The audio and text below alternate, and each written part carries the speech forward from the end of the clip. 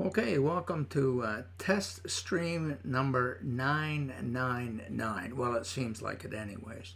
What we're looking at here is some kind of morning or daily program uh, to comment on sports or other happenings in the world. For this little sneak preview, we're just going to take a look at sports because we're going to concentrate on this page over here, which is hockey scoreboard. So we could start off by saying, oh, let's take a look at the scores last night, Friday night in the NHL. And we could talk about Detroit and Tampa Bay won 3-1. How about this? Los Angeles over Columbus in overtime. And another biggie, hey, Buffalo, 2 wins in a row, eh? They beat Toronto the other night 5-1, beat Minnesota last night 5-4, Rangers over the Devils 3-1, Carolina over Pittsburgh 3-2 in a little OT, another OT game, Dallas 4 over Winnipeg, and Vegas Golden Knights still at it, 5-4 win over Anaheim. So how does that impact on the standings? Well, of course, we're primarily interested in the Atlantic Division here. And we can see Tampa at 78, Florida 77. Hey, what did you think of that Uyghur slash on Timmy Stützle? Yeah, right in the back of the knee. Boy, that was potentially a very dangerous move. And there was no call. And the referee was right there. Oh, well. Toronto, here we are, 74 points. Looking pretty good. Looks like they've got a playoff spot wrapped up anyways. But look at this. Right behind them, Boston. Whoever would have thunk that Boston was going to be up there with 70 points. And then Detroit, Buffalo pulled back up ahead of Ottawa again with 44, Ottawa with 43, and the struggling Montreal Canadiens, who have improved as of late with the coaching change for Martin St. Louis, up to 35 points. They're on a bit of a roll right now. We could also take this opportunity to see if there's any big changes or any reassignments. Here we are. One of interest to us here in Brockville, the Ottawa Senators, who reacquired Scotty Sabourin. Remember, Scotty played for the Braves. He was one of our draft choices. Played a full year for the Braves. He's been reassigned to Belleville. Scotty's just recovering from another injury, and he's been reassigned to Belleville. That's the Belleville Senators, their American Hockey League team. And then if we want a chance, we can, I don't know if you guys got home, or if the folks got home from the game last night to see the OHL game. TSN carried Ottawa and Hamilton. Why were we interested? Well, first of all, the owner of the Ottawa Junior Senators and their former head coach and GM, Martin Dagenet, is on the bench for the 67s. He's breaking in as an assistant coach. But more importantly for us locals, Gavin White, who has a real premier role with the Hamilton team. 7 goals, 31 assists so far this year. When I left the game, I was obviously watching the replay because it was late. It was 1-0 for Ottawa at that time. I think that was the start of the second period. But Hamilton did come out on top with a 2-1 win in a little bit of overtime. But look where Hamilton is.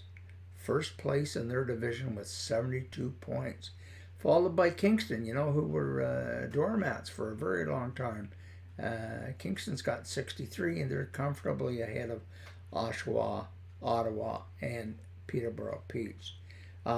If we were to take a look at Hamilton, and we can go down here and see Look at this. Look at down here. He's 2, 3, 4, 5, 6, seventh top scorer on the team. Defenseman Gavin White. 7 goals, 31 assists for 38 points. And hockey-wise, Gavin's only an 18-year-old. Boy, wouldn't his grandpa Wally be proud of that.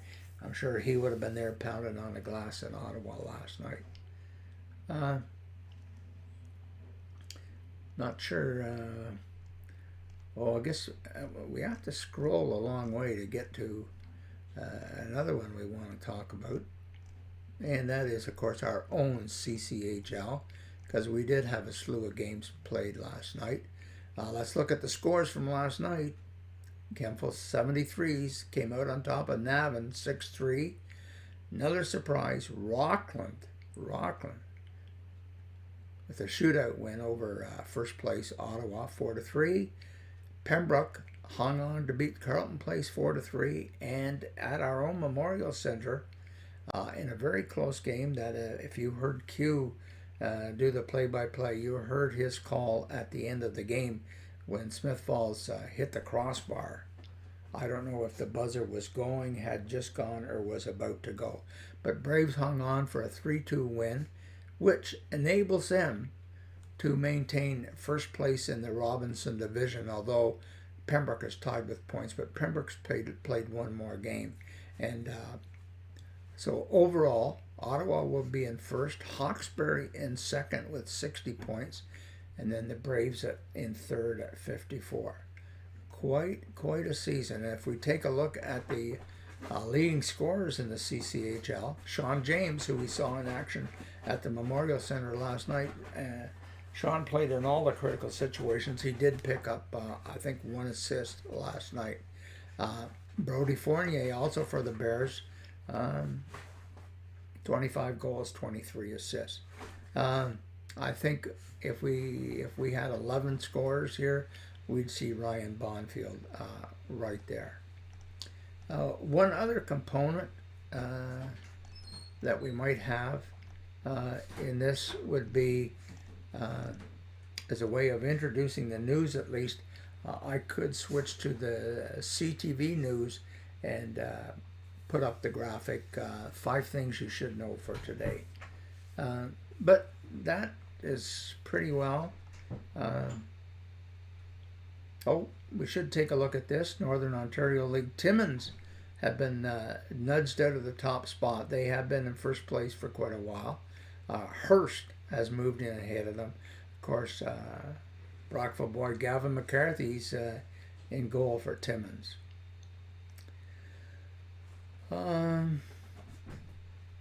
Is there anything else that we needed to look at? Fairbanks, no. NCAA, lots to talk about there, but we aren't ready to tackle those yet. Western Hockey League, NCAA. If we were to look at here we are. We're looking at the Q, Quebec Major Junior Hockey League now. Let's see if we can bring that up a little bigger. Is that not big enough? Okay, we'll see if we can squeeze one more without going off the screen. There we go. So we have the Quebec Major Junior Hockey League, and we're interested in the Maritimes division because Halifax, here we see Halifax, moved up into second place in their division. But what we're interested in is taking a look at the, and here he is, our ex-Brockville Brave. He's went down there January 1st, Evan Boucher. He's played 13 games now and has 12 goals, 7 assists for 19 points.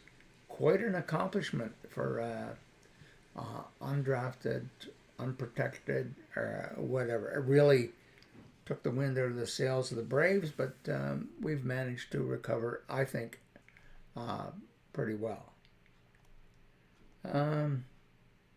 Should we just pop over and take a quick look at, while it's up on the screen, leading scorers as of this morning in the NHL. Connor McDavid, surprise, surprise, 79 points.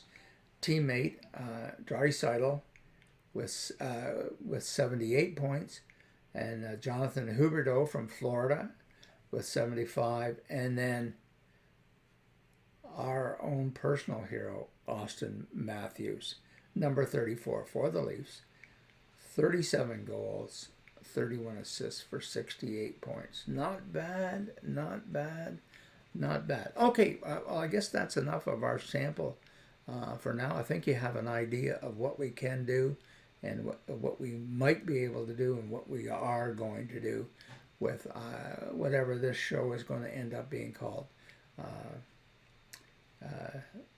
AM Scoreboard, or whatever, the Farm Journal, whatever. And of course, you see on the left in this version, there's just one portal with me in there. We can expand this to 2 or to 3.